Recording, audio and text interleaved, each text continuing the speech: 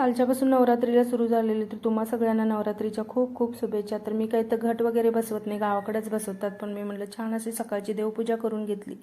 त्याच्यानंतर नाश्त्यामध्ये आज पराठा बनवलेला, तर नाश्ता करून घेतला आणि मार्केटमध्ये चाललेलो. त्या ताईंना घटाचं सामान वगैरे घ्यायचं होतं पूजेचं, तर इथं आलेलो मार्केटमध्ये.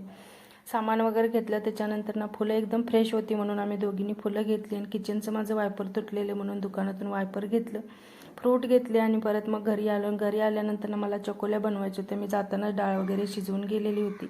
डाळीला तडका दिला. त्याच्यानंतर चपाती एक लाटून त्याचे छोटे छोटे पीस करून डाळीमध्ये सोडून दिले आणि 5 ते 10 मिनटं शिजवून घेतलं, तर एकदम छान असं चवीला झालेली.